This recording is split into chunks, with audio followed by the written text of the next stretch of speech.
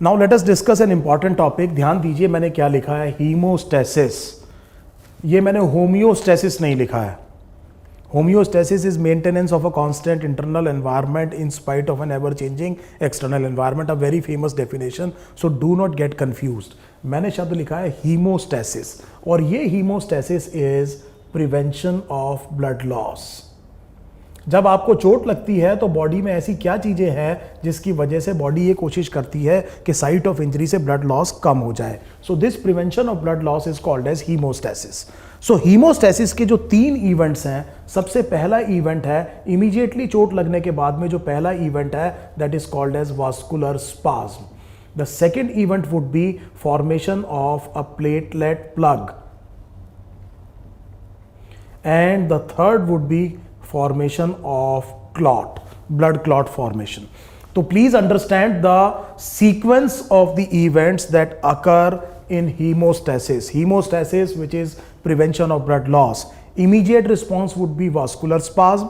Then it will be very rapidly leading to formation of a platelet plug, and the third would be clot formation. तो मैं सबसे पहले discuss कर रहा हूं वास्कुलर स्पाज्म को। वास्कुलर स्पाज्म का मतलब ये हुआ कि जब भी किसी ब्लड वेसल को चोट लगेगी, so it will undergo what is called as a vasoconstriction, और उसका जो ल्यूमन है वो छोटा हो जाएगा, और इसी वजह से उसमें जो डेफिशिएंसी होगी, जो डिफेक्ट प्रोड्यूस हुआ है, वो भी बंद हो सकता है। तो जैसे ही ब्लड वेसल को कोई चोट लगती है तो ब्लड वेसल का इमीडिएट रिस्पॉन्स होता है कि it undergoes a vascular spasm. ये पहला इवेंट है। अब इस क्वेश्चन को थोड़ा सा ध्यान से समझिए। अगर मैं एक आर्टरी का कट सेक्शन देखूं तो आर्टरी की जो ट्यूनिका इंटीमा है, अंदर की लेयर को हम कहते हैं tunica intima. This will B lined by vascular endothelium. इसके बाद एक ट्यूनिका मीडिया होगी, इसमें होनी चाहिए स्मूथ मसल। ये ट्यूनिका मीडिया है। ट्यूनिका मीडिया में मैंने आपसे कहा स्मूथ मसल्स है, और इसके बाहर ट्यूनिका एक्सटर्ना। ट्यूनिका एक्सटर्ना एक तरह की सिरोजा होगी। It will be a tough connective tissue that will be providing support to the arterial structure. ये 3 लेयर होंगे, tunica intima, tunica media, tunica externa. आप ध्यान दीजिए ट्यूनिका मीडिया को। आर्टरी की ट्यूनिका मीडिया में बहुत ज़्यादा स्मूथ मसल होती हैं। अगर मैं वेन को देखूं तो वेन में ये tunica intima, again lined by vascular endothelium, and veins have very poorly developed tunica media. So the amount of smooth muscles in vein is very less. This is a very important differentiating feature between artery and the vein. अगर आप artery और when में देखें तो आप tunica media को compare कीजिए। Artery की ट्यूनिका मीडिया बहुत थिक है, उसकी वॉल में बहुत ज़्यादा स्मूथ मसल होती है। स्मूथ मसल वेन की ट्यूनिका मीडिया में कम होती है। इसका सिंपल बात अगर आप इसकी इन्फ्रेंस निकालें तो वो ये है कि vascular spasm will be more prominently seen in artery and it will be less prominently seen in Venus bloods. तो अगर आप ये देखेंगे तो वेन उतनी ज़्यादा स्पाज्म में नहीं जाएगी क्योंकि स्पाज्म होगी स्मूथ मसल की वजह से, और वेन की ट्यूनिका मीडिया में स्मूथ मसल का अमाउंट कम है, तो इसलिए उसमें उतना ज़्यादा वास्कुलर स्पाज्म नहीं होगा। That is why venous bleeds are considered more dangerous. That means veins bleed more than arteries normally, और एक तरह से पूलिंग ऑफ ब्लड हो जाता है। और वीनस ब्लीड को रोकने का सबसे बढ़िया तरीका यह है कि आप उसके ऊपर एक सस्टेन्ड प्रेशर लगाइए। This is a very important concept that you must understand, that arterial bleed से ज़्यादा खतरनाक कई बारी क्या होगा, वीनस ब्लीड होगी, क्योंकि आर्टरी बहुत जल्दी स्पाज्म में जा सकती है ट्यूनिका मीडिया की वजह से, वेन उतनी ज़्यादा स्पाज्म में नहीं जा सकती। दूसरी चीज़ ये समझिए कि the degree of the spasm will be proportion to the degree of the injury. मैं ये कहना चाह रहा हूं कि जो क्रश्ड वेसल होगी वो बहुत ज़्यादा स्पाज्म में चली जाएगी। ज़्यादा इंजरी का मतलब है ज़्यादा स्पाज्म, तो अगर कोई वेसल क्रश हो गई है तो वो ज़्यादा स्पाज्म में चली जाएगी। लेकिन शार्प कट वेसल, उसमें अमाउंट ऑफ डैमेज कम है, उसमें उतना ज़्यादा स्पाज्म नहीं होगा। सो ये बात समझ लीजिए कि sharp cut injuries will bleed more then the crush injuries. तो ये 2 बातें हमें वास्कुलर स्पाज्म में समझ में आ गई। अब हम दूसरी बात करेंगे, प्लेटलेट प्लग फॉर्मेशन। तो पहले मैं थोड़ी सी 2-3 बातें आपको प्लेटलेट्स के बारे में बता देता हूं। प्लेटलेट्स को हम कहते हैं thrombocytes. Platelets are also called as thrombocytes, और इनका ये 3rd फॉर्म्ड एलिमेंट्स हैं आपके ब्लड में। ये 1.5 लाख से 4.5 लाख पर क्यूबिक mm ऑफ ब्लड होगा। और ये जो प्लेटलेट्स हैं ये they are actually fragments of a cell of WBC series in bone marrow, and this cell is called as megakaryocyte. तो थ्रोम्बोसाइट्स या प्लेटलेट्स बनते हैं बोन मैरो में। बोन मैरो में एक WBC का एक सेल है, WBC सीरीज का, जिसे आप कहते हैं मेगा कैरियोसाइट। इसकी फ्रेगमेंट्स को आप कहते हैं प्लेटलेट्स। प्लेटलेट्स का काउंट है 1.5 लाख टू 4.5 लाख। अगर ये कम हो गया तो इस कंडीशन को कहेंगे थ्रोम्बोसाइटोपिनिया, और अगर ज्यादा हो गया तो इसे हम कहेंगे थ्रोम्बोसाइटोसिस। और ट्रांसफ्यूज प्लेटलेट्स की हाफ लाइफ करीब 10 डेज होती है। So the half life of transfused platelets is approximately 10 days। तो ये जो तीसरा फॉर्म्ड एलिमेंट जो हमने कहा था, मैं थोड़ी देर में आपको पढ़ाऊंगा, तो वो थ्रोम्बोसाइट्स या प्लेटलेट्स है। इसके बारे में आप ये नोट कर लीजिए। अब हम देखते हैं कि प्लेटलेट प्लग फॉर्मेशन कैसे होता है। Now please understand this very important phenomena.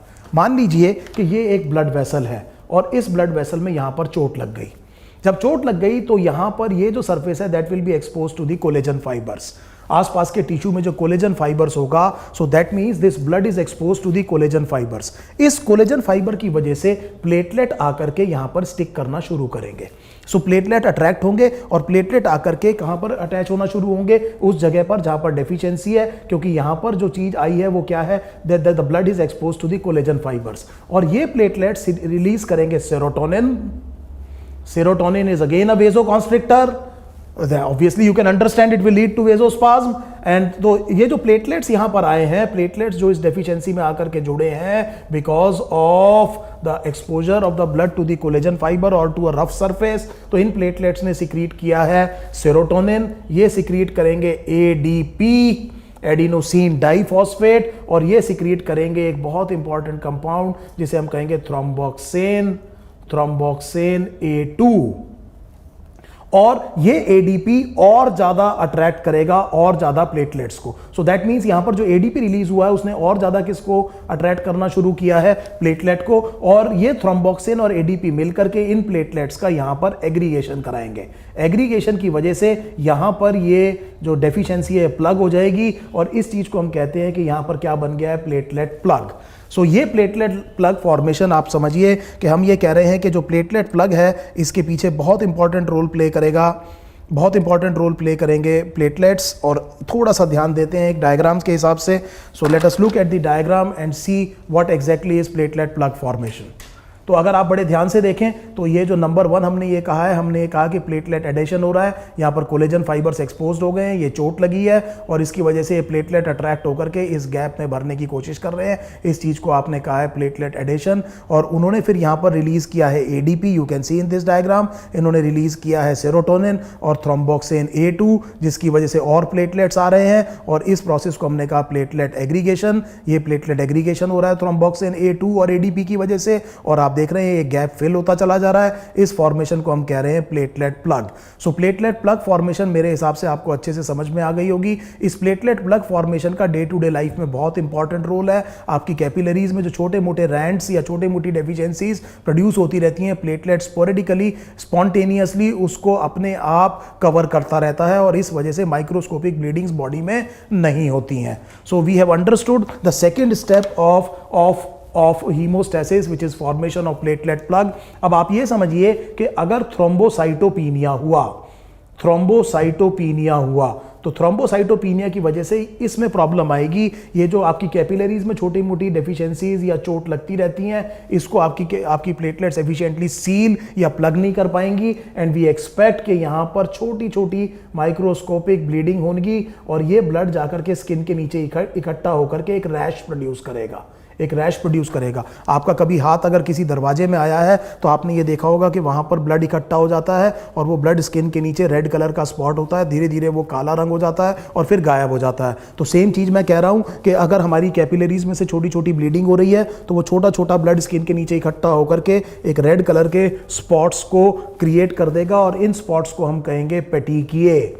In spots को हमने कहा पेटिकिए, और स्किन के नीचे आप रैश देख सकते हैं, जैसे मच्छर काटता है उस तरह का होता है। लेकिन नॉर्मल मच्छर काटे को अगर आप ब्लैंच करें प्रेशर से तो वो गायब हो जाएगा, लेकिन अगर आप पेटिकिए को प्रेशर देते हैं तो वो ब्लैंच नहीं होगा। इस तरह से आप डिफ्रेंशिएट कर सकते हैं पेटिकिए और किसी और रैश में। तो थ्रोम्बोसाइटोपिनिया में पेटिकिए होंगे। ज़्यादातर बच्चे समझ गए होंगे कि आजकल बहुत स्केयर चल रहा है डेंगू हेमरेजिक फीवर का, और डेंगू हेमरेजिक फीवर में प्लेटलेट काउंट कम होती है और छोटे छोटे छोटे रैश, जो डॉक्टर देखता है कि स्किन के ऊपर छोटे छोटे रैश तो नहीं है, वो देख रहा है पेटिकिए, और पेटिकिए देखने के बाद में उसे पता चल जाता है कि प्लेटलेट फॉर्मेशन के प्लेटलेट की काउंट क्या हो रही है, कम हो रही है, जिसे थ्रोम्बोसाइटोपिनिया, ये डेंगू हेमरेजिक फीवर या डेंगू वायरस की वजह से होता है।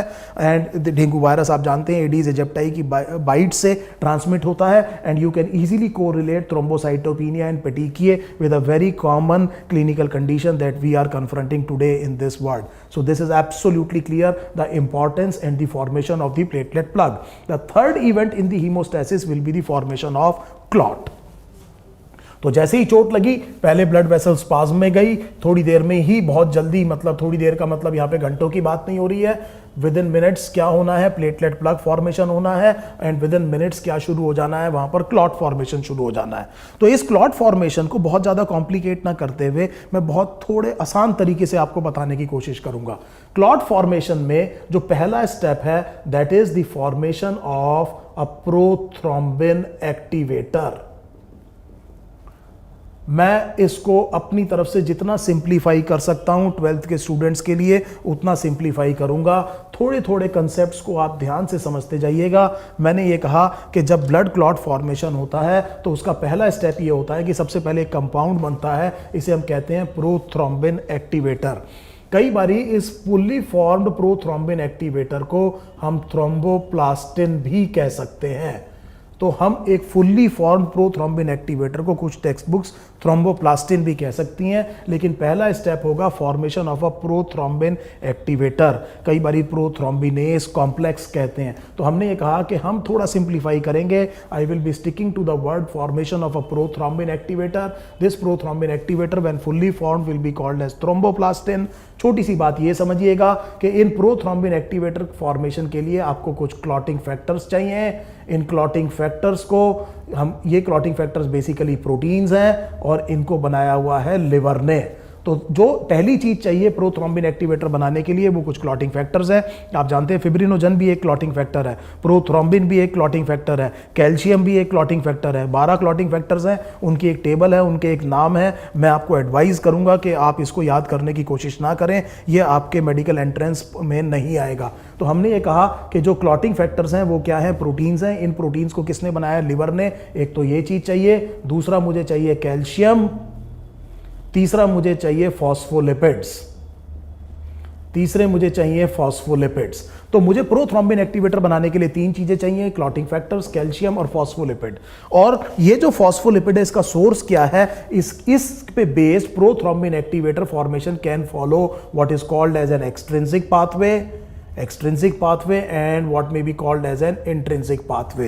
So प्रोथ्रोम्बिन एक्टिवेटर 2 पाथवे से बन सकता है। एक को हम कह रहे हैं एक्सट्रिंसिक पाथवे, दूसरे को हम कह रहे हैं इंट्रिंसिक पाथवे। अब आप दिमाग ये लगाइए कि अगर मुझे यहाँ पर चोट लग गई तो यहाँ पर ब्लड वेसल कट गई, लेकिन आसपास का टिश्यू भी डैमेज हो गया, और टिश्यू जो डैमेज हुआ तो उसके सेल की मेम्ब्रेन्स में फॉस्फोलिपिड होंगे। तो ये फॉस्फोलिपिड बाहर से आ रहे हैं प्रोथ्रोम्बिन एक्टिवेटर बनाने के लिए, इसलिए इस पाथवे को मैंने क्या कहा है, एक्सट्रिंसिक पाथवे। लेकिन अगर मैं किसी आदमी का ब्लड ग्रुप निकाल के एक टेस्ट ट्यूब में रख दूं तो मैं ये देखता हूं कि थोड़ी देर टेस्ट ट्यूब में रखने के बाद में वो ब्लड क्लॉट हो जाता है, और यहां पर तो कोई रफ सरफेस आसपास कांटेक्ट में नहीं है, कोई डैमेज टिश्यू नहीं है, सॉरी रफ सरफेस तो है लेकिन कोई डैमेज आसपास का टिश्यू नहीं है, तो हम इसे कांटेक्ट की वजह से कहेंगे। और अंदर प्लेटलेट्स स्टिमुलेट होकर के क्या प्रोवाइड करेंगी, फॉस्फोलिपिड। तो ब्लड के अंदर से ही फॉस्फोलिपिड आया प्लेटलेट से, इसलिए इस पाथवे को हम क्या कहेंगे, इंट्रिंसिक पाथवे। कहने का मतलब यह है कि prothrombin activator banana is the first step. Prothrombin activator बनाने के लिए ये 3 चीजें चाहिए। फॉस्फोलिपिड के सोर्स पे मैं आपसे ये कह रहा हूं कि प्रोथ्रोम्बिन एक्टिवेटर का एक एक्सट्रिंसिक पाथवे हो सकता है और एक इंट्रिंसिक पाथवे हो सकता है। एक बार प्रोथ्रोम्बिन एक्टिवेटर बन गया तो एक कैस्केड शुरू हो जाएगा। कैस्केड में पहला स्टेप ऑगमेंट करता है सेकंड को, सेकंड स्टेप ऑगमेंट करता है थर्ड को। हर बारी ये रिस्पॉन्स ऑगमेंट होता चला जाएगा और अब सब चीजें स्पॉन्टेनियसली होंगी। जैसे ही प्रोथ्रोम्बिन एक्टिवेटर बन गया तो ये अपने नाम से बता रहा है कि इसे हम कह रहे हैं प्रोथ्रोम्बिन एक्टिवेटर। तो ये ब्लड में प्रेजेंट प्रोथ्रोम्बिन को कन्वर्ट कर देगा थ्रोम्बिन में। तो ये प्रोथ्रोम्बिन एक्टिवेटर ज्यों ही बना, इसने ब्लड में प्रेजेंट प्रोथ्रोम्बिन जो इनएक्टिव प्रिकर्सर है इसको कन्वर्ट कर दिया थ्रोम्बिन में। इस स्टेप के लिए भी आपको क्या चाहिए, कैल्शियम चाहिए। अब हम देख रहे हैं कि बनाना हमें प्रोथ्रोम्बिन एक्टिवेटर था, उसके बाद सारे स्टेप स्पॉन्टेनियसली हो रहे हैं और प्रोथ्रोम्बिन एक्टिवेटर ने प्रोथ्रोम्बिन को कन्वर्ट किया है थ्रोम्बिन में। और थ्रोम्बिन जैसे ही बनेगा वो कन्वर्ट करेगा फिब्रिनोजन आप जानते हैं, हम डिस्कस कर चुके हैं इस प्रोटीन को। फिब्रिनोजन को फिब्रिन थ्रेड में एक्टिवेट करेगा और ये इस स्टेप के लिए मुझे फिर क्या चाहिए, कैल्शियम। तो ये थ्रेड लाइक प्रोटीन बन गया फिब्रिन, और ये फिब्रिन फिर पॉलीमराइज होगा और एक नेटवर्क या मैश बना देगा और इसके बीच में प्लेटलेट्स वगैरह फंस जाएंगे और इस चीज को हम कहेंगे क्लॉट। इस चीज को हम कहेंगे क्लॉट। तो आप ये समझिए कि ब्लड क्लॉटिंग के 3 स्टेप्स हैं। पहला स्टेप है प्रोथ्रोम्बिन एक्टिवेटर, इसको बनाने में हमें टाइम लगा था, लेकिन एक बार ये बन गया तो ये प्रोथ्रोम्बिन को कन्वर्ट करेगा थ्रोम्बिन में और थ्रोम्बिन कन्वर्ट करेगा फिब्रिनोजन को फिब्रिन में। फिब्रिन क्या हो जाएगा, पॉलीमराइज, और पॉलीमराइज होने के बाद में ये जो मैश या नेटवर्क बन रहा है इसको आप कहेंगे क्लॉट फॉर्मेशन या ब्लड क्लॉट। तो अगर हम इसको डायग्राम में देखने की कोशिश करें तो आप ये देखिए कि हमने बनाया प्रोथ्रोम्बिन एक्टिवेटर, मुझे चाहिए साथ में कैल्शियम, और इस प्रोथ्रोम्बिन एक्टिवेटर ने प्रोथ्रोम्बिन को कन्वर्ट किया थ्रोम्बिन में, थ्रोम्बिन ने कन्वर्ट किया फिब्रिनोजन को फिब्रिनोजन के मोनोमर में। हर स्टेप में मुझे कैल्शियम चाहिए और ये कैल्शियम की वजह से पॉलीमराइज होकर के क्रॉस लिंकिंग हुई है और फिब्रिन के क्या बन गए हैं, फाइबर्स बन गए हैं। और ये स्टेप्स हैं क्लॉट फॉर्मेशन के। पहला, formation of prothrombin activator. Number 2, prothrombin activator getting converted into thrombin, and then this thrombin converting fibrinogen into fibrin, which gets polymerized, cross linking occurs, and it leads to the formation of a mesh which is called as the blood clot. So I hope you have understood this. Please make, तो आप देख चुके हैं कि blood clot formation कैसे होता है। So let us continue further. तो vascular spasm, formation of platelet plug, और इवेंट तीसरा जो हुआ हीमोस्टैसिस में, that was formation of a blood clot. Clot formation के बाद में आप ये ऑब्जर्व करेंगे कि सबसे पहले तो क्लॉट फॉर्म होगा। अभी हम देख चुके हैं उसके स्टेप, हम देख चुके हैं कैसे कैस्केड में काम करता है। इसके बाद में there will be clot retraction. जो क्लॉट बनता है आपने महसूस किया होगा कि वो थोड़े दिनों कुछ देर बाद वो क्या करता है, रिट्रैक्ट करता है, और जब वो क्लॉट रिट्रैक्ट करता है तो उसमें से एक क्लियरलेस फ्लूइड बाहर निकलती है। उस फ्लूइड को आप कहेंगे सीरम, उस फ्लूइड को कहेंगे सीरम। तो जब आप क्लॉट को रिट्रैक्ट करेंगे तो उसमें से ऊजिंग होगी एक क्लियर बिल्कुल फ्लूइड की, और उस फ्लूइड को आपने कहा सीरम। और उसके बाद में there will be clot dissolution. इस क्लॉट रिट्रैक्शन में भी बड़ा इंपॉर्टेंट रोल प्ले करेंगे प्लेटलेट्स, और उसके बाद में होगा क्लॉट डिसोल्यूशन। सो ये सीक्वेंस बनेगी, पहले क्लॉट बनेगा, फिर क्लॉट रिट्रैक्ट करेगा, और फिर क्लॉट क्या करेगा, डिसॉल्व करेगा, और आप अचीव कर लेंगे haemostasis. And this is how the body prevents blood loss after injury, and prevention of blood loss after injury would be called as haemostasis. थोड़ा सा और इस डिस्कशन को कंटिन्यू करते हुए हम ये देखते हैं कि what prevents an intravascular clot formation. तो हम ये देख रहे हैं कि इंट्रावास्कुलर मतलब ब्लड वेसल के अंदर अगर क्लॉट बन जाए, इस चीज को हम कहेंगे थ्रोम्बस। इस चीज को हम कहेंगे थ्रोम्बस। तो हम ये देखना चाहते हैं कि आपकी बॉडी में वो क्या मैकेनिज्म्स है कि आपकी ब्लड वेसल के अंदर क्लॉट ना हो। What prevents the formation of a thrombus और एन इंट्रावास्कुलर क्लॉट। इसमें जो सबसे इंपॉर्टेंट फैक्टर है वो है स्मूथनेस ऑफ वास्कुलर एंडोथीलियम। अब इस बात को आप समझिएगा, हमने ये कहा कि जो वास्कुलर एंडोथीलियम, अगर आपको याद आ रहा है, ब्लड वेसल की जो ट्यूनिका इंटीमा है उसकी लाइनिंग में जो एपिथीलियम है उसको हम वास्कुलर एंडोथीलियम कहते हैं। This is very smooth. तो इसका मतलब क्लॉटिंग तब शुरू होगी जब ब्लड किसी रफ सरफेस के कांटेक्ट में आएगा। लेकिन ये वास्कुलर एंडोथीलियम अंदर बहुत स्मूथ होता है, तो ब्लड कभी भी रफ सरफेस के कांटेक्ट में नहीं आता। रफ ब्लड के सरफेस में हमेशा स्मूथ सरफेस रहेंगे। This is the most important factor that actually prevents intravascular clot. इसीलिए अगर आप ब्लड को चाहते हैं, आपने ब्लड किसी पेशेंट से निकाला और उसे टेस्ट ट्यूब में रखा और आप उसमें कोई और प्रिजर्वेटिव यूज नहीं करना चाह रहे हैं और आप चाहते हैं कि ब्लड थोड़ी देर बाद क्लॉट हो, तो आप उसको सिलिकोनाइज्ड टेस्ट ट्यूब में रख सकते हैं। ये जो सिलिकॉन की कवरिंग होगी ये स्मूथनेस प्रोवाइड करेगी और ब्लड रफ सरफेस के कांटेक्ट में नहीं आएगा और आसानी से क्लॉट नहीं करेगा। तो पहला फैक्टर है स्मूथनेस ऑफ वास्कुलर एंडोथीलियम। दूसरा है आपके ब्लड में एक बड़ी इंपॉर्टेंट चीज प्रेजेंट है, इसे हम कहते हैं एंटी थ्रोम्बिन।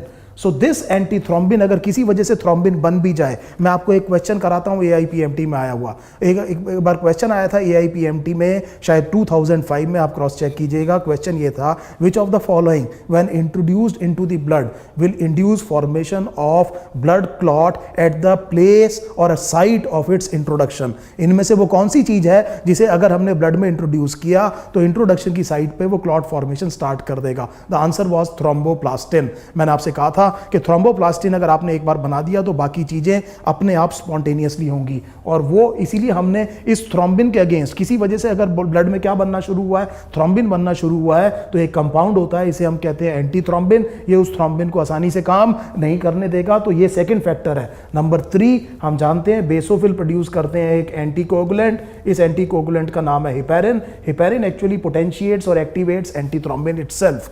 तो हेपेरिन भी कैसे काम करता है कि वो एंटीथ्रोम्बिन को पोटेंशिएट करता है। तो 3 बड़े इंपॉर्टेंट फैक्टर मैं देख रहा हूं जो कि इंट्रावास्कुलर क्लॉट फॉर्मेशन को प्रिवेंट करते हैं। Number 1 smoothness of vascular endothelium, number 2 the presence of antithrombin in the blood, and number 3 heparin. It is a chemical that is secreted by basophil that acts via antithrombin. So these 3 factors are very important in prevention of thrombus formation in the blood.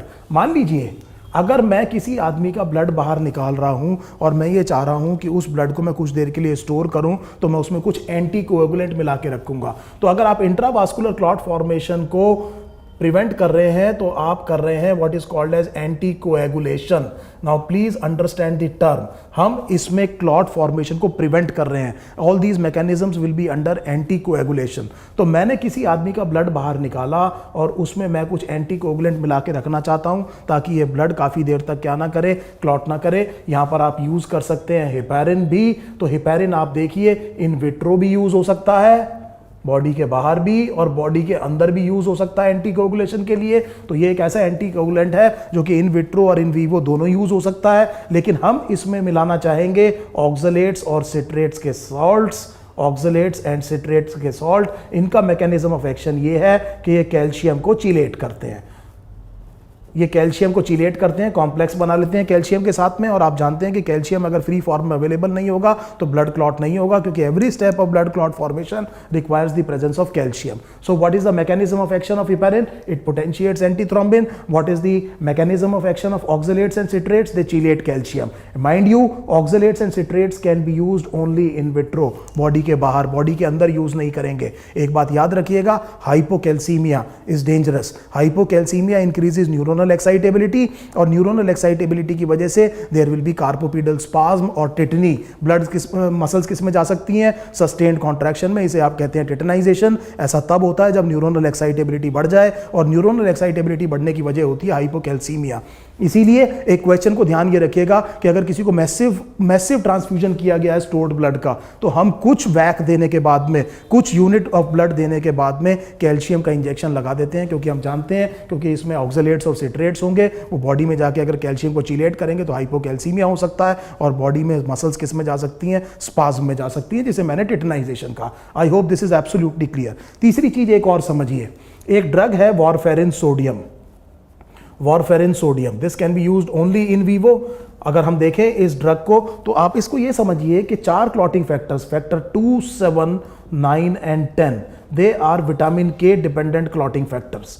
They are vitamin K dependent clotting factors. इसका मतलब liver को इन 4 clotting factors को बनाने के लिए क्या चाहिए? Vitamin के। और विटामिन के का कॉम्पिटिटर कौन है? Warfarin sodium. सो वो इनहिबिट करेगा किसको? विटामिन के को, और इसकी वजह से ये क्लॉटिंग फैक्टर्स नहीं बनेंगे और ब्लड क्लॉट नहीं होगा। लेकिन याद रखिएगा ये केवल इन वीवो यूज कर सकते हैं। तो मैंने आपको 3 एंटीकोगुलेंट बताए। हेपेरिन दोनों जगह यूज हो सकता है, ऑक्सलेट और सिट्रेट केवल बॉडी के बाहर यूज कीजिएगा, वारफेरिन सोडियम केवल अपने पेशेंट को देना है, बॉडी के बाहर यूज नहीं करना है। तीनों का मैकेनिज्म ऑफ एक्शन मैंने आपको बता दिया है।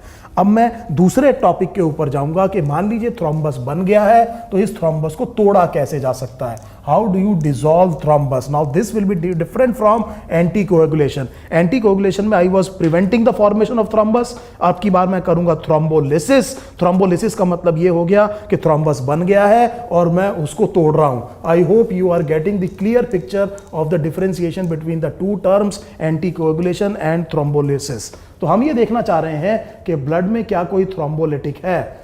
तो अगर आप ये देखें तो आपकी बॉडी में एक कंपाउंड है, इसे हम कहते हैं प्लाज्मिनोजन।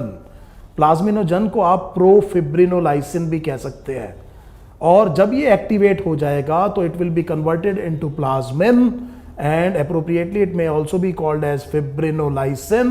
अगर आप फिब्रिनोलाइसिन शब्द पे गौर करें तो ये क्लॉट को क्या कर सकता है, डिसॉल्व कर सकता है। तो आपकी बॉडी में जो थ्रोम्बोलिटिक अवेलेबल है वो है प्लाज्मिनोजन। इस प्लाज्मिनोजन को आप एक्टिवेट करके जब प्लाज्मिन बनाते हैं या फिब्रिनोलाइसिन, तो ये फिब्रिन के क्लॉट को क्या कर सकता है, डिसॉल्व कर सकता है। तो ये एक थ्रोम्बोलिटिक है। दूसरा थ्रोम्बोलिटिक हमें मिलता है एक बैक्टीरियम से। इस बैक्टीरियम का नाम है स्ट्रेप्टोकोकस पायोजीन्स। ये हम आपको 12th में माइक्रोब्स इन ह्यूमन वेलफेयर में इसका प्रोडक्शन बताएंगे। स्ट्रेप्टोकोकस पायोजीन्स इस एक एंजाइम प्रोड्यूस करता है। इस एंजाइम का नाम है स्ट्रेप्टोकाइनेस, और ये streptokinase is a clot buster. तो हमने इस माइक्रोब से इस एंजाइम को आइसोलेट किया हुआ है, प्यूरिफाई किया हुआ है, and we use the injection of streptokinase in the patients of coronary artery disease to dissolve the thrombus inside the coronary arteries that may be formed in them. तीसरा हमारे पास एक और थ्रोम्बोलिटिक है, इसे हम कहते हैं urokinase. Urokinase has been isolated as the name tells from the human urine, और ये नेफ्रॉन्स को पेटेंट रखने में काम आता है, और हमने ह्यूमन यूरिन से निकाला हुआ है urokinase. Again a very good enzyme, again a very good thrombolytic. So you can see the various type of thrombolytics. चौथी चीज ये है कि हमने रिकॉम्बिनेंट डीएनए टेक्नोलॉजी से एक प्रोडक्ट बनाया हुआ है। इस प्रोडक्ट को हम कहते हैं टिश्यू प्लाज्मिनोजन एक्टिवेटर।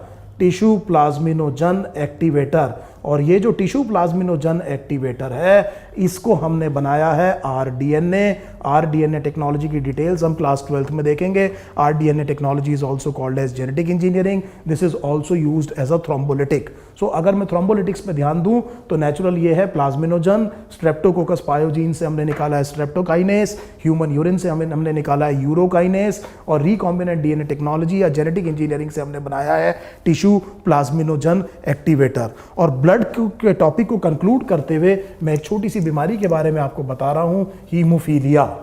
हीमोफीलिया में normally the blood fails to clot. Injury के बाद में ब्लड थोड़ी देर में क्लॉट हो जाना चाहिए। There is a proper bleeding time, there is a proper clotting time.